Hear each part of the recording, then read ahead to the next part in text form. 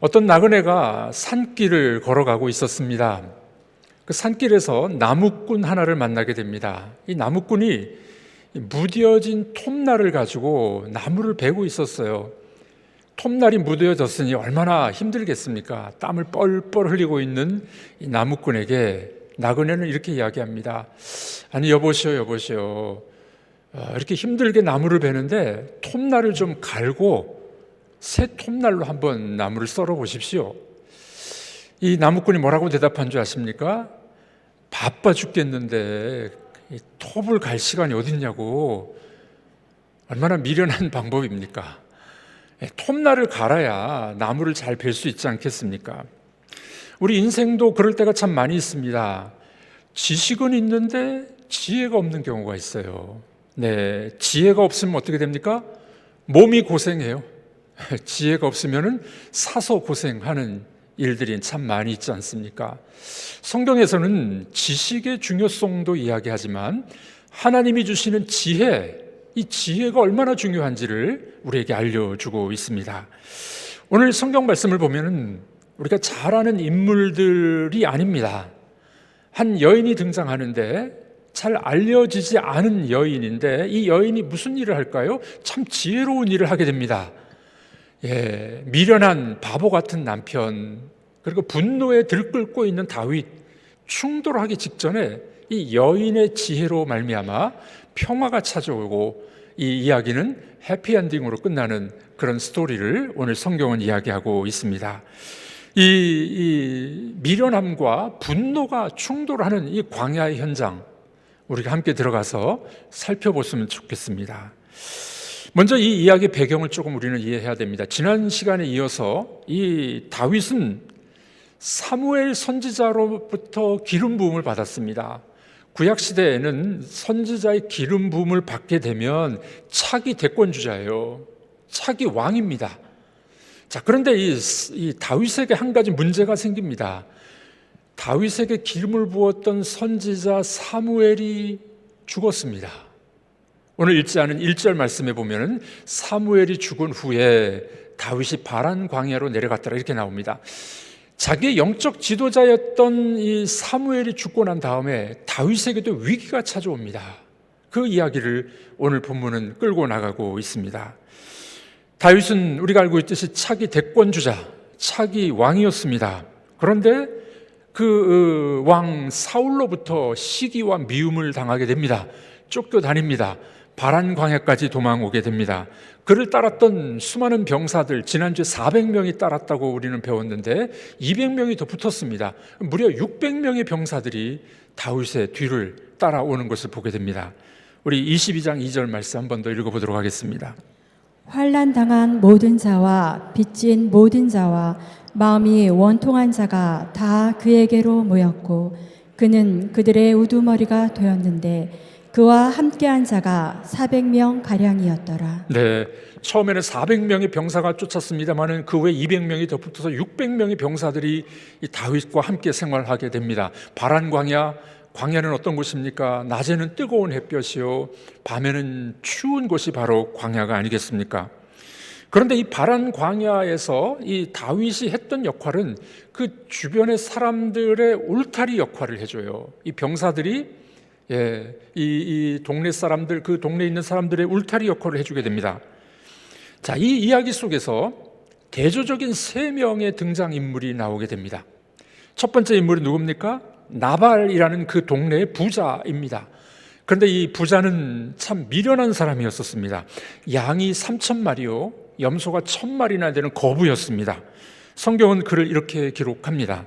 오늘 본문 3절인데 읽어보도록 하겠습니다. 그 사람의 이름은 나발이요 그의 아내의 이름은 아비가일이라. 그 여자는 총명하고 용모가 아름다우나 남자는 완고하고 행실이 악하며 그는 갈렙 족속이었더라.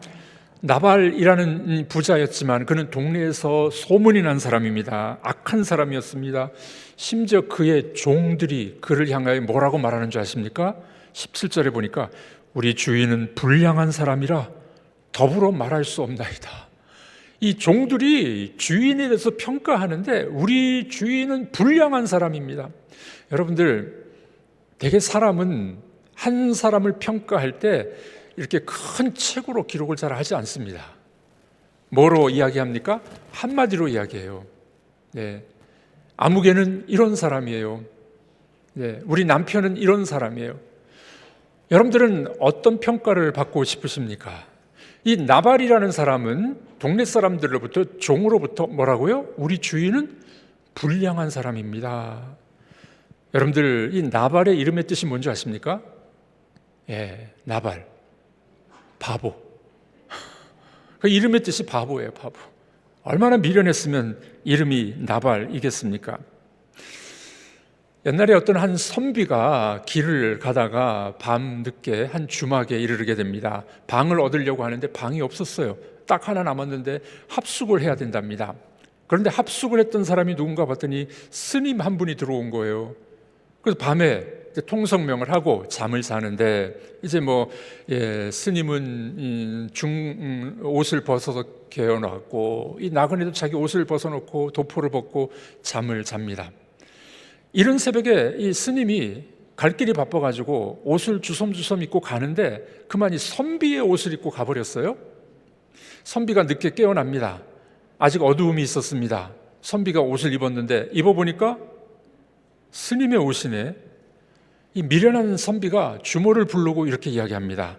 여보기 주모, 어제 나와 분명히 2명이 잠잤는데, 나와 중이 둘이 잠을 잤는데 중은 여기 있는데 나는 어디 갔소? 아이고, 얼마나 미련한 사람입니까?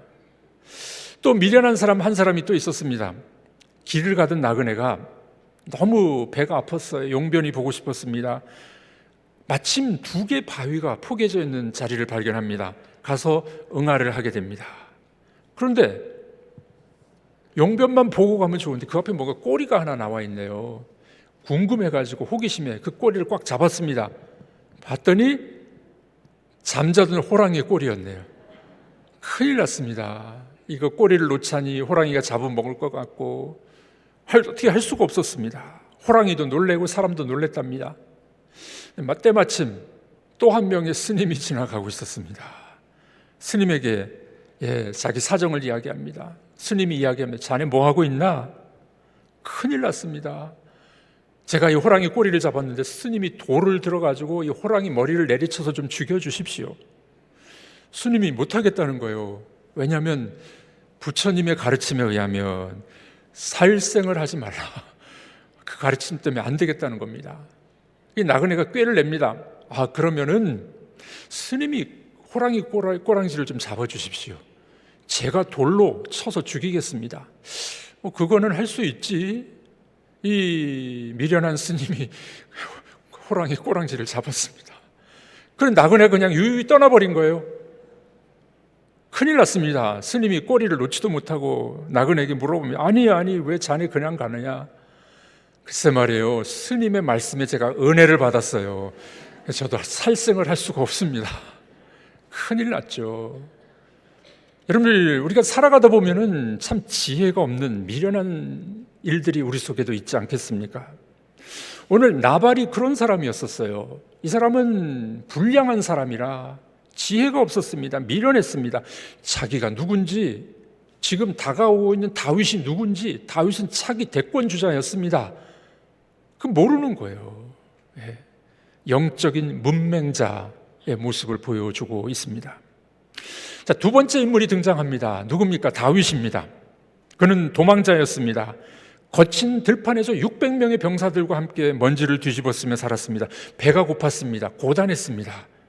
그런데 다윗에게 소문이 들렸습니다. 나발이 양털을 깎고 있는 날이 됐다 하는 소문입니다. 여러분, 팔레스타인 지방에서 양털을 깎는 날은 축제의 날이에요. 우리로 말하면 추수하는 날입니다. 그때는 음식이 있습니다. 잔치를 벌입니다. 그러니 다윗은 그의 이 부하들을 보냅니다. 우리를 위해서 먹을 걸 좀 얻어와라. 축제의 날 정중하게 예의를 갖추며 먹을 것을 요청하는 다윗이었었습니다. 자, 그런데 여기서 갈등이 폭발하게 됩니다. 나발이 어떻게 이야기합니까? 다윗을 모욕하는 거예요. 미련한 사람이니까 이 사람이 누군지를 모르는 거라. 다윗이 누구며 이새의 아들은 누구냐? 요즘에 각기 주인에게서 억지로 떠나는 종들이 많도다. 이렇게 이야기해요. 여러분들, 차기 대권 주자였어요. 이스라엘의 2대 왕이 될 사람이 다윗이었습니다. 근데 뭐라고 이야기한다고요? 다윗이 누구야? 요즘에 도망다니는 종들이 많다는데 어떤 놈이야? 뭐 이렇게 이야기하는 거예요. 얼마나 미련한 사람입니까?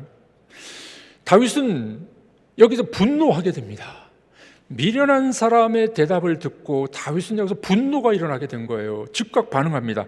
너희 400명 각기 칼을 차라. 나발과 남자들을 다 죽이러 가자. 분노가 들끓기 시작했던 것이었습니다. 자, 여러분들 성경 말씀을 보면 참 흥미있는 사건들이 많은데 문제가 있습니다. 갈등이 고조됩니다. 이 갈등이 고조될 때 반전의 역사가 일어나는 하나님의 은혜가 임하는 것을 우리는 봐야 됩니다. 400명의 칼소리가 들려올 때 또 다른 세 번째 인물이 등장하게 됩니다. 광야에서 피 비린내가 나기 직전이었었습니다. 나발은 술에 취해서 잠을 자고 있었습니다. 어떤 상황이 펼쳐지는지도 모르게 됩니다. 다윗은 분노에 치밀어 가지고 칼을 차고 쫓아오고 있었습니다. 기름 부은 자로서의 품격을 잃어버린 분노가 가득 찬 다윗의 모습이 맞닥뜨리게 되는 장면입니다. 이때 등장하는 인물이 누군가요? 아름다운 여인 아비가일이 등장하게 됩니다. 3절 다 같이 읽어보도록 하겠습니다.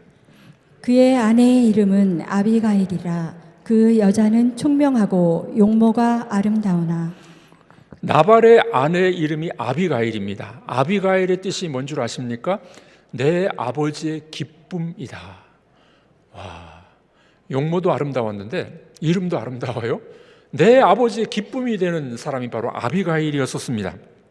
그녀는 총명했습니다. 용모가 아름다웠습니다. 종들로부터 소문을 듣습니다. 다윗이 칼을 차고 오고 있습니다. 아비가일은 1초도 머뭇거리지 않습니다. 그리고 미련한 남편 나발과는 상의하지 않습니다. 여러분들, 미련한 사람에게 자꾸 이야기한다고 이게 지혜로워질까요? 참 쉽지 않습니다. 주전자가 막 끓습니다. 뚜껑이 막 들썩들썩 하고 있습니다. 그럼 여러분들 가서 뚜껑을 꽉 누르면 되겠죠? 어떻게 해야 됩니까? 가스불을 꺼야 됩니다. 그게 지혜가 아니겠습니까? 엘리자베스 퀴블러스 로즈라는 여성 의학자가 있었습니다. 이분은 의학도이면서도 심리학자였습니다. 이분이 이 호스피스 병동, 호스피스를 최초로 만든 사람이에요. 이분의 책에 보면은 이런 이야기가 있습니다. 임종을 앞둔 한 할머니가 손자에게 아주 지혜로운 말을 해주고 있었습니다. 삶이란 마치 파이 같지, 내 파이를 부모에게 한 조각, 배우자에게 한 조각 떼어주고, 자식들에게 떼어주고, 사람들에게 떼어주고, 그러면 죽을 때가 됐을 때는 이 파이가 한 조각도 남지 않는단다. 처음에 자신이 어떤 파이였는지도 알지 못해. 그런데 나는, 이 할머니의 말이에요, 나는 내가 어떤 파이였는 줄 알아. 우리 각자가 알아야 될 몫이지. 나는 이제 내가 누군 줄 알고 하나님 나라로 떠나간단다. 이렇게 이야기했어요. 얼마나 지혜로운 할머니의 대답입니까? 여러분들, 우리 인생이 무엇인 줄 알고 세상을 떠나간다면 얼마나 복된 삶이 되겠습니까? 지혜로운 여인이 가정을 살리는 거예요. 아비가일은 지혜로운 여인이었습니다. 급히 음식을 장만합니다. 떡, 포도주, 양고기, 볶은국식, 나귀에 잔뜩 싣고 분노에 차서 달려오고 있는 다윗에게 나가게 됩니다. 여러분들, 이 장면을 한번 상상해 보십시오. 다윗은 지금 열받았어요. 뚜껑이 열렸어요. 칼을 차고 좀 죽이려고 오고 있습니다. 그 병사들 400명 앞에 가냘픈 여인 한 명이 딱 가로막고 서게 됩니다. 그는 일촉즉발의 위기를 대응하고 있습니다. 여기서 반전의 역사가 일어나게 됩니다. 지혜의 향기가 분노를 녹이게 됩니다. 우리 한번 따라해 보겠습니다. 지혜의 향기가 분노를 녹입니다. 아비가일의 전설적인 외교술, 지혜가 이제 나타나게 됩니다. 그녀는 다윗을 보자마자 납작 엎드립니다. 절하게 됩니다. 얼굴을 땅에 대고 이렇게 말합니다. 24절, 25절 읽어보겠습니다. 내 주여 원하건대 이 죄악을 나 곧 내게로 돌리시고 내 주는 이 불량한 사람 나발을 개의치 마옵소서. 그의 이름이 그에게 적당하니 그의 이름이 나발이라. 그는 미련한 자니이다. 네, 24절 25절을 보니까 아비가일이 대화법이 나와요. 아주 중요한 지혜가 여기 나옵니다. 첫 번째 뭡니까? 자발적인 책임을 이야기합니다. 내 탓입니다. 내 남편이 미련하게 되고 이렇게 된 상황은 남편도 아니고 당신 탓도 아니고 내 탓입니다. 우리 한번 따라해 보겠습니다. 내 탓입니다. 여러분, 무지함과 분노가 맞닥뜨려 전투가 일어나는 장면에서 그것을 잠재울 수 있는 것은 내 탓입니다 하는 것이었습니다. 아비가일이 얼마나 지혜입니까? 두 번째 방법입니다. 그녀는 상대방을 높여주는 거예요. 무릎 꿇고 경배하면서 이렇게 이야기합니다. 다윗을 나의 주, 나의 주님이라고 이야기하는 것을 14번이나 이야기해요. 그리고 자기 자신을 여종, 종이라고 6번을 이야기합니다. 감동 안 하겠습니까? 다윗이 감동을 하는 거예요. 그리고 세 번째 대화법입니다. 상대를 높여주는 거예요. 다윗에게 뭐라고 이야기합니까? 이게 핵심적인 이야기인데, 당신은 이제 장차 이스라엘의 왕이 될 사람입니다. 장차 왕이 될 사람이 손에 피를 묻히시면 어떻게 됩니까? 나중에 당신의 마음에 상처가 될 겁니다. 그리고 미래를 축복해 주는 거예요. 와, 이게 여인의 지혜였습니다. 얼마나 놀라운 지혜입니까? 자발적인 책임, 내 탓입니다. 상대를 높여줍니다. 당신은 나의 주님이십니다. 미래를 축복해 줍니다. 당신은 차기 대권주자이십니다. 이 말을 들었던 다윗, 분노가 치밀어가지고 달려오다가 그만 지혜로운 여인의 한마디에 무장해제, 그 돌아가는 겁니다. 돌아가는 거예요. 칼을 집어넣습니다. 다윗이 이렇게 고백하죠. 32절, 33절 읽어보겠습니다. 오늘 너를 보내어 나를 영접하게 하신 이스라엘의 하나님 여호와를 찬송할지로다. 또 내 지혜를 칭찬할지며 또 내게 복이 있을지로다. 다윗은 무장 해제하고 다시 집으로 돌아가게 됩니다. 아비가일은 어떻게 했을까요? 집으로 돌아와 보니 바보 같은 남편, 미련한 남편 술을 잔뜩 먹고 취해 있는 거예요. 아비가일이 뭐라고 이야기했을까요? 아무 말도 안 해요. 여러분들, 술 먹은 사람하고 싸우는 것만큼 미련한 사람 없어요. 그렇죠? 싸움 해봐야 소용이 없는 거예요. 아비가일은 술 먹고 콜콜 자고 있는 이 나발 남편을 그냥 재워버립니다. 그리고 그 다음날 아침에 사실을 다 이야기하죠. 그 말을 들었던 나발 몸이 굳어져 버립니다. 그리고 성경은 뭐라고 이야기합니까? 열흘 후에 죽었더라. 여러분들, 결국 아비가일은 자기 손에 피를 묻히지 않고 평화를 가져왔어요. 집안을 구했습니다. 다윗의 명예를 지켜줬습니다. 그리고 어떻게 되는 줄 아십니까? 나중에 다윗의 아내가 됩니다. 오늘 이야기는 이렇게 해피엔딩으로 끝나게 되죠. 여러분들, 시의적절한 말, 그 마음을 만져주는 말, 지혜로운 언어가 뚜껑을 열린 사람 분노를 잠재울 수 있게 되는 것입니다. 성경은 뭐라고 이야기합니까? 온순한 대답이 화를 잠재운다. 잠언 15장 1절입니다. 읽어보겠습니다. 유순한 대답은 분노를 쉬게 하여도 과격한 말은 노를 격동하느니라. 분노를 쉬게 하는 방법이 뭐라고요? 유순한 말이라는 겁니다. 여러분, 남편이 화가 나가지고 막 들어왔어요. 막 화를 퍼붓습니다. 아내도 화가 났어요. 같이 화를 내면 어떻게 될까요? 날라오는 건 주먹이고 눈은 밤탱이가 되고 지혜롭지 못한 방법이죠. 분노가 있는 사람에게 어떻게 해요?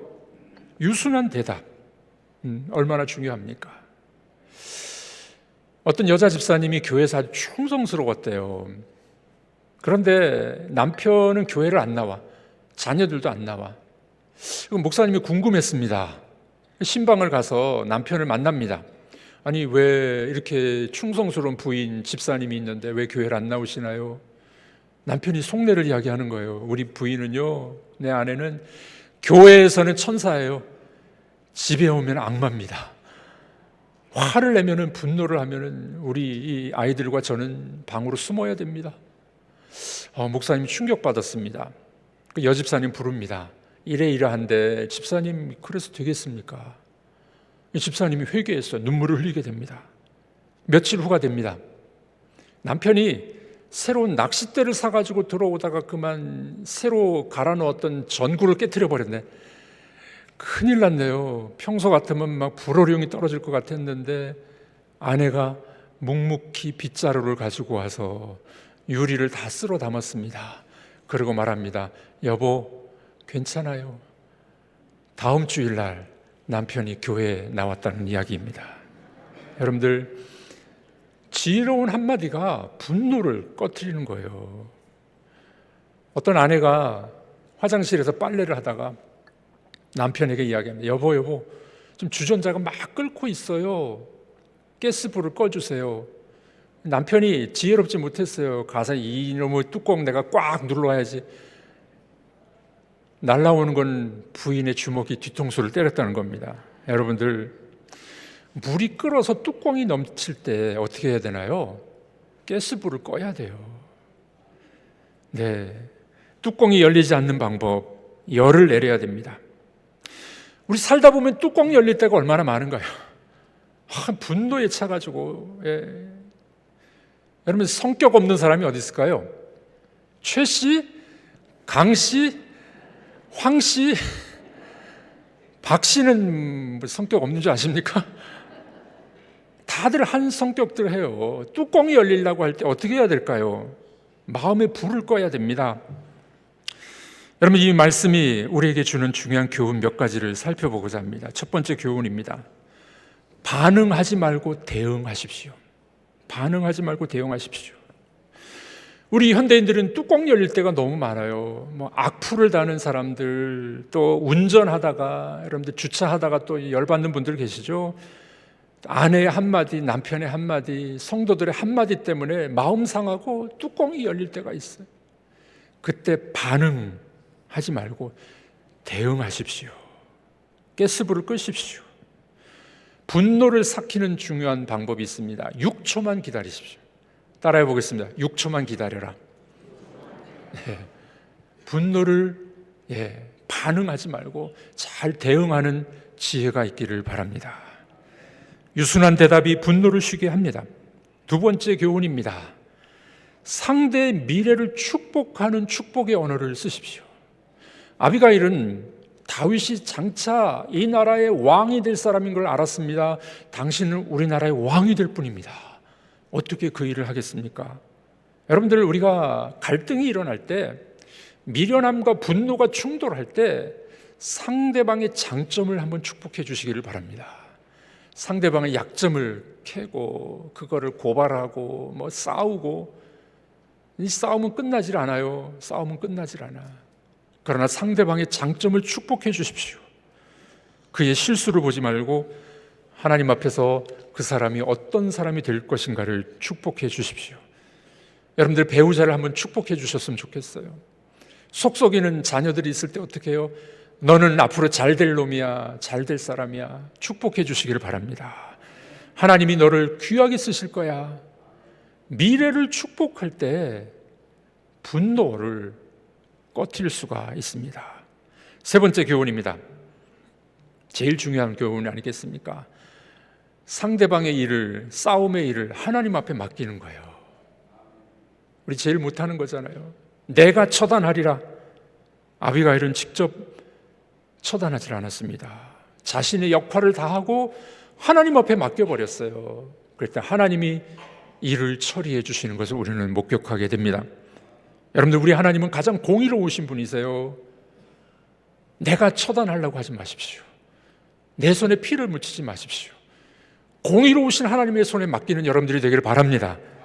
여러분들은 상대방을 축복해 주시고 그를 불쌍히 여겨주시고 공의로운 하나님 앞에 맡기는 여러분들이 되길 주의 이름으로 축복합니다. 여러분들, 우리는 나발처럼 미련한 때가 얼마나 많이 있습니까? 다윗처럼 분노가 일어나서 뚜껑이 열릴 때가 얼마나 많습니까? 무딘 톱날을 그냥 쓰지 마시고 지혜로운 톱날로 바꾸시길 바랍니다. 아비가일처럼 지혜의 향기를 품기게 될 때 여러분들 가정과 교회, 그리고 여러분들의 인간관계가 아름답게 변하게 될 줄로 믿습니다. 여러분들이 지혜의 향기를 풍기게 될 때 우리가 살아가는 세상이, 교회가, 가정이 평화의 강물이 흘러넘치게 될 줄로 믿습니다.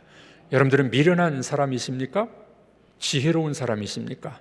어떤 선택을 하시겠습니까? 하나님은 여러분들에게 요청하고 계십니다.